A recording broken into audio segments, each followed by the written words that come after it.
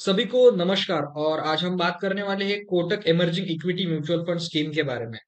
तो ये वीडियो बहुत इंपॉर्टेंट रहने वाला है। यहाँ पर हम देखेंगे कि ये स्कीम ने कितने रिटर्न दिए हैं, किसके लिए ये स्कीम इंपॉर्टेंट है इन्वेस्टमेंट करने के लिए, आपका कितना होराइजन है, ये स्कीम अच्छी है या बुरी है, इन्वेस्टमेंट पर्सपेक्टिव कैसा होने वाला है, आज हम डिटेल में बात करेंगे। और आपको अभी स्क्रीन पर देखना है। अभी ये जो वेबसाइट है वो है आपकी मनी कंट्रोल की वेबसाइट। जो भी म्यूचुअल फंड्स में नए हैं, जिनको मालूम नहीं है डाटा कहाँ से मिलता है, तो मनी कंट्रोल की वेबसाइट आप प्रेफर कर सकते हो। बहुत सारे म्यूचुअल फंड के वेबसाइट्स है जहां पर हम डाटा कलेक्ट कर सकते हैं या डाटा देख सकते हैं। ठीक है। अगर आपको ये नहीं मालूम तो अगर आपको बहुत डिटेल में जानना है तो आप डायरेक्टली क्या कर सकते हो, म्यूचुअल फंड के जो फैक्ट शीट है, हर महीने म्यूचुअल फंड स्कीम को फैक्ट शीट प्रोड्यूस करना होता है कि हर इन्वेस्टर को वेबसाइट पर डालना होता है कि ये स्कीम अभी कैसी चल रही थी, अभी कैसी चल रही है, मतलब पहले कौन से इन्वेस्टमेंट थे, अगर कोई इन्वेस्टमेंट में चेंजेस है तो हर मंथ वो सभी डिटेल्स, हर चेंजेस फैक्ट शीट में अपलोड करना होता है। ये लॉ से मैंडेटरी है। और हर स्कीम के यानी कोटक एएमसी है उसके वेबसाइट पर आपको फैक्ट शीट मिल जाएगी। एचडीएफसी है, क्वांट है, सभी के वेबसाइट पर आपको फैक्ट शीट मिल जाएगी। बट आप कोई भी वेबसाइट यूज कर सकते हो। जैसे मैंने कोटक का मनी काउंटर का वेबसाइट है। अगर आप देखोगे स्कीम का नाम है कोटक इमर्जिंग इक्विटी फंड। यहाँ पर मैंने रेगुलर स्कीम सिलेक्ट की है। ये है मिड कैप कैटेगरी की स्कीम। ठीक है। अभी इमर्जिंग इक्विटी इसका मीनिंग ही ऐसा है कि जो कंपनीज है, जो ऑर्गेनाइजेशन है, वो आने वाले समय में बहुत अच्छा उनका जो प्रोडक्शन है या फिर जो उनका बिजनेस पैटर्न है वो आउटपुट देंगे। ऐसे इन्वेस्टमेंट पैटर्न को इमर्जिंग इक्विटी कहते हैं कि जिनका फिलहाल बिजनेस शुरू है, अच्छा चल रहा है, बट आने वाले समय में वो सेक्टर में, वो इंडस्ट्री में, वो बिजनेसेस में और ज्यादा ग्रोथ की संभावना है। हम एक अपॉर्चुनिस्टिक वे से इन्वेस्टमेंट देखना चाहिए। ऐसा नहीं है ये फंड एक कंसिस्टेंट रिटर्न देने वाला फंड नहीं है। कंसिस्टेंट का मतलब क्या होता है कि आप कभी भी पैसा डालो उसमें आपको वॉलेटिलिटी कम दिखेगी, ऐसा नहीं है। वॉलेटिलिटी दिखेगी क्योंकि इमर्जिंग सेक्टर में या फिर इमर्जिंग इक्विटी का मीनिंग ही ऐसा रहता है, आप एक सही समय पर सही पैसा इन्वेस्टमेंट करते हो स्टॉक्स में, जहां पर वो स्टॉक में आप अपॉर्चुनिटी ग्रैब करते हो। मान लो किसी बिजनेस में बिजनेस का एक्सपांशन हो रहा है। एक्सपांशन मतलब पहले 10 प्रोडक्ट मैन्युफैक्चर करते थे, अब 100 करने लगे हैं। सिंपल एग्जांपल, हॉस्पिटल हॉस्पिटल के लेते हैं। पहले अगर हॉस्पिटल के कोई बिजनेस में 2000 बेड थे, अगर वो बिजनेस 4000 बेड की प्लानिंग कर रहा है, मतलब 2000 एडिशनल प्लानिंग कर रहा है, तो वो चीज का अपॉर्चुनिटी ऐसे जो फंड्स है वो ग्रैब करते, अपॉर्चुनिटी फंड कैसे कहते हैं इसे। अभी सिंपल एग्जांपल मैं टेलीकॉम सेक्टर का देता हूँ। अभी रिसेंटली आपने न्यूज सुना होगा कि टेलीकॉम जो सेक्टर है वो अपने प्राइस बढ़ा रहा है। एयरटेल, जियो सभी, वोडाफोन आइडिया सभी बढ़ा रहे हैं। तो यहाँ पर ऐसे कंपनी में इन्वेस्टमेंट करना चाहिए जब उनके मार्जिन बढ़ेंगे, जब पैक के प्राइस बढ़ेंगे तब मार्जिन बढ़ेंगे, मार्जिन बढ़ेंगे तो कैश फ्लो कंपनी को अच्छा होगा और हमारी इन्वेस्टमेंट में हमें बेनिफिट होगा। ऐसे बहुत सारे कंपनीज में ये म्यूचुअल फंड की इन्वेस्टमेंट करते हैं जहां पर आने वाले समय में अपॉर्चुनिटी ग्रैब करके रिटर्न जनरेट होते हैं। तो ध्यान में रखना, ये कंसिस्टेंट बहुत कम रहती है। कंसिस्टेंट का मतलब आप कभी भी पैसा डालो, आप एक महीने में आपको जितना रिटर्न है उतना मिलेगा, या एक साल में कंसिस्टेंट रिटर्न मिलेगा, ऐसा नहीं रहता। मतलब रिटर्न्स बहुत अच्छे मिलते हैं अगर आप लंबे समय तक के लिए होल्ड करते हो। 3 साल, 5 साल, 10 साल के लिए अगर आप होल्ड करते हो तो one of the best return देने वाले स्कीम्स ये साबित होते हैं। मैं और एक चीज बताता हूँ, कोटक इमर्जिंग इक्विटी है, एचडीएफसी मेडिकल अपॉर्चुनिटी फंड है। ये ऐसे स्कीम्स है कि जो जिसको आपको 1 ईयर 2 ईयर्स के लिए होल्ड नहीं करना चाहिए, जिसका मिनिमम पीरियड आपको 3 साल, 5 साल, 10 साल होना ही चाहिए। तभी, ऐसा नहीं कि आपको एक साल में रिटर्न नहीं मिलेंगे, ऑब्वियस रिटर्न मिलेंगे, 4%, 5%, 10%। एक एक मिनिमलिस्टिक एग्जांपल से बता रहा हूँ। बट अगर आप उसे लंबे समय तक के लिए होल्ड करते हो, मान लो 5 साल होल्ड किया आपने, ऑब्वियस चीज है, मैं हमेशा कहता हूँ म्यूचुअल फंड कोई शॉर्ट टर्म गेम नहीं है कि आप 1 साल 2 साल इन्वेस्ट करो और आपको रिटर्न मिल जाएगी। और अगर आपने पिछले 3 4 सालों में देखा होगा तो बहुत सारे मैसिव रिटर्न्स बने हैं। बट वही एग्जांपल माइंड में रखना नहीं है, क्योंकि मार्केट है, मार्केट को कोई प्रेडिक्ट नहीं कर सकता। और ये इसका इंपॉर्टेंस किसे समझता है, जिसके पास, हमेशा मैं कहता हूँ कि 10,000 20,000 का, 1 लाख 2 लाख का फंड है, उसको इंपॉर्टेंस आता नहीं है, मालूम होता नहीं डाइवर्सिफिकेशन का, कि डाइवर्सिफिकेशन करने से क्या होता है कि इसकी रिस्क कम होती है। बट जिसके पास 2 करोड़, 5 करोड़, 4 10 करोड़ का पोर्टफोलियो है, उसे एक बार पूछना कि 10% का वैल्यू कितना होता है। 10 करोड़ पोर्टफोलियो के ऊपर 10% का वैल्यू 1 करोड़ रुपए होता है। तो आप ऐसी कोई भी रैंडम जगह पर इन्वेस्टमेंट नहीं करोगे जहां पर आपका रिस्क आपको मालूम नहीं है, ठीक है। तो 5 साल के लिए अगर आपको इन्वेस्टमेंट करना है तो Kotak emerging one of the best fund है। मतलब वो सच में इमर्जिंग इक्विटीज में इन्वेस्टमेंट करते बहुत सारा फंडामेंटल एनालिसिस बहुत अच्छा होता है। अभी एग्जाम्पल ये तो हो गए ऑब्जेक्टिव, या फिर आपको एक थोड़ा बैकग्राउंड मालूम होना चाहिए कि जब मैं इन्वेस्टमेंट करता हूँ तो ऑब्वियस मैं म्यूचुअल फंड को हमेशा ये ध्यान में रखता हूँ कि मैं किसी बिजनेसेस में इन्वेस्टमेंट कर रहा हूँ, ठीक है। तो अगर मुझे बिजनेसेस का इन्फॉर्मेशन मालूम नहीं, ऑन ग्राउंड रियलिटी मालूम नहीं, तो फिर इन्वेस्टमेंट करके मतलब नहीं। एट द एंड हमें मालूम है कि प्रोफेशनल फंड मैनेजर्स मैनेज करते हैं, बट हमारा भी थोड़ा एनालिटिक्स यूज करके हम एक थोड़ा अच्छा रिटर्न जनरेट कर सकते हैं। तो अगर आप फंड साइज देखोगे तो फंड साइज 45,000 करोड़ की फंड साइज है। This is not a small amount. ये कोई ऐसा आलतू फालतू फंड है नहीं। मैंने जैसे कहा वन ऑफ द बेस्ट, जब मैं कहता हूँ तो एम देखकर भी कहता हूँ, ठीक है। उसके बाद मैंने आपको वेबसाइट भी बता दिया था, ठीक है। आप हम जब ऑल का जब हम रिटर्न देखते हैं, यहाँ पर घबराना नहीं है, दिस स्कीम इतने रिटर्न दिया और ये नहीं, वो ये वन टाइम इन्वेस्टमेंट को ध्यान में रख कर वो रिटर्न कैलकुलेट कर रहा है, ठीक है। तो यहाँ पर हम, हाँ, सबसे ये इंपॉर्टेंट पार्ट रहता है।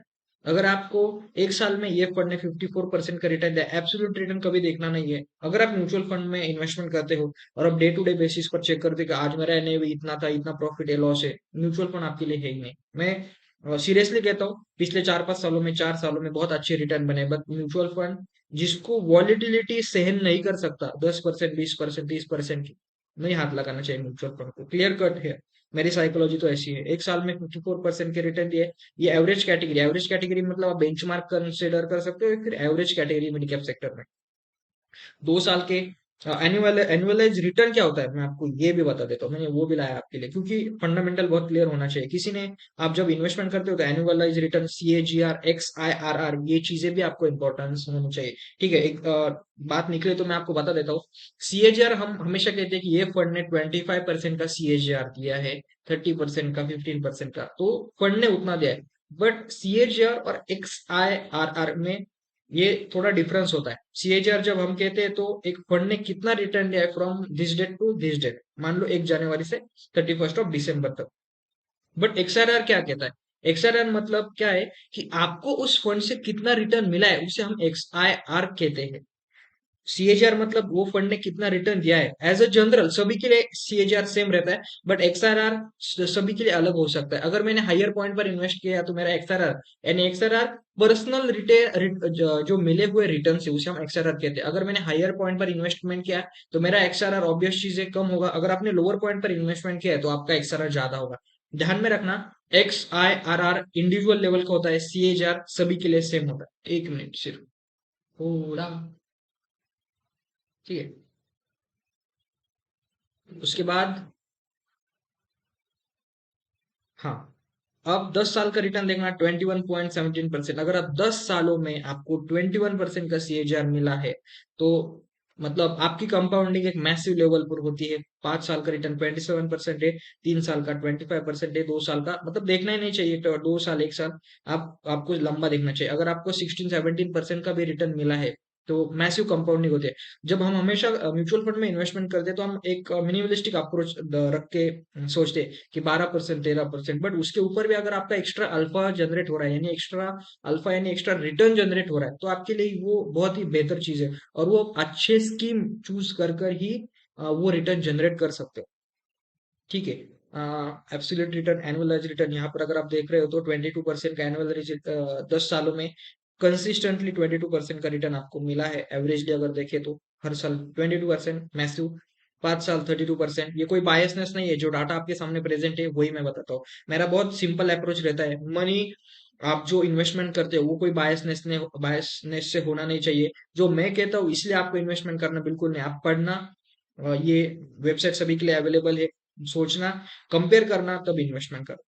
एक साल 65% मैसिव, 2 साल 46%, बट हमेशा के लिए ये देखना नहीं है। 5 साल 10 साल के रिटर्न देखना। उसके बाद आपको मैंने यहाँ पर ऊपर दिखाया था 45,000 करोड़ का EM है। 45,000 crore not a joke, expense ratio 1.46।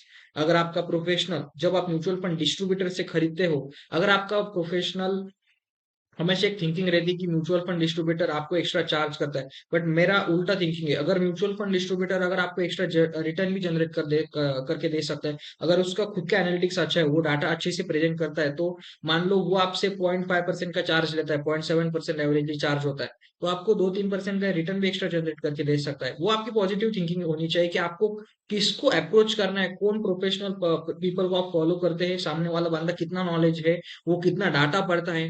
Data is the next oil, ये ध्यान में रखना, डाटा इज किंग।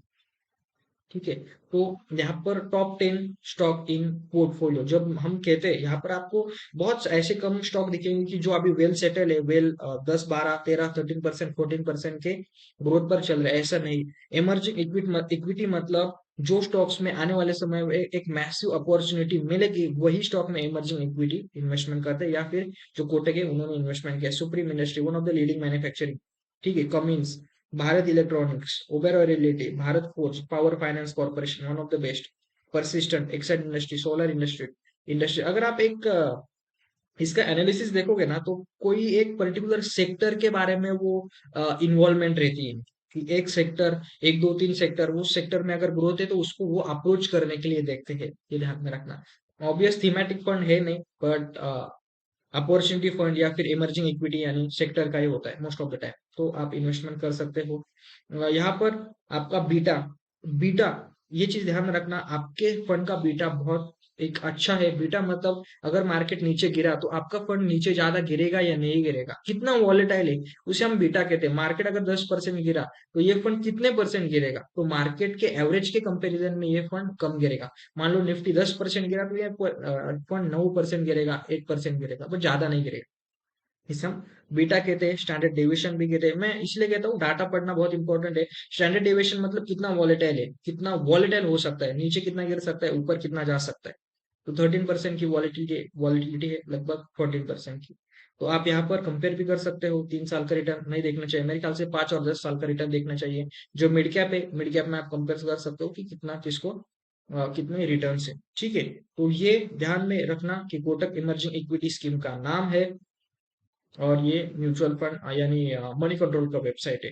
तो अगर आप अभी कंक्लूजन पर आते हैं, अगर आप लॉन्ग टर्म इन्वेस्टर हो, आपको थोड़ा बहुत वॉलेटिलिटी आप सह सकते हो रिटर्न्स पाने के लिए, तो आप कोटक में इन्वेस्टमेंट कर सकते हो, क्योंकि ऑब्वियसली से मिड कैप है, मिड कैप को आपको समय देना पड़ता है। जैसे स्मॉल कैप और मिड कैप अभी अगर आपने 2-3 साल देखे होंगे तो मैसिव रिटर्न दिया है, बट जिन्होंने इन्वेस्टमेंट किया था उनको रिटर्न मिले, जो देखते रह गए उनको रिटर्न नहीं मिले। तो आपको इन्वेस्टेड रहना है, इन्वेस्टेड रहने के बाद वेट एंड वॉच करना है। मतलब म्यूचुअल फंड का एक ही गेम है, 1% इन्वेस्टमेंट करो और 99% वेट करो, तभी आपके जाके मैसिव रिटर्न जनरेट हो सकते हैं। ठीक है, और उसी के साथ आपको पोर्टफोलियो बैलेंस होना चाहिए, आपको फ्लेक्सी कैप होना चाहिए, आपको बैलेंस एडवांटेज भी फंड होने चाहिए। और इमर्जिंग इक्विटी अगर आप लॉन्ग टर्म इन्वेस्टमेंट हो तो आपके लिए बेहतर ही साबित होगा। एज ए मिड कैप आप इसे कंसिडर कर सकते हैं।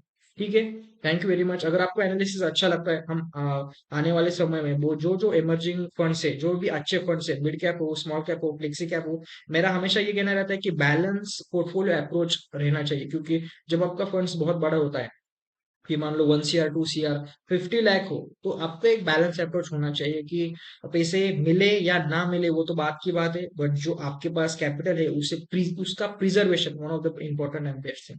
तो एनालिसिस अगर अच्छा लगा, कुछ समझ में आया, तो लाइक करना, सब्सक्राइब करना, जो आपके फ्रेंड्स फैमिली मेंबर्स इन्वेस्टमेंट करते हैं उनके साथ आप शेयर कर सकते हो। एक कोई अच्छा कमेंट करके जाना। Thank you very much, have a great day, thank you.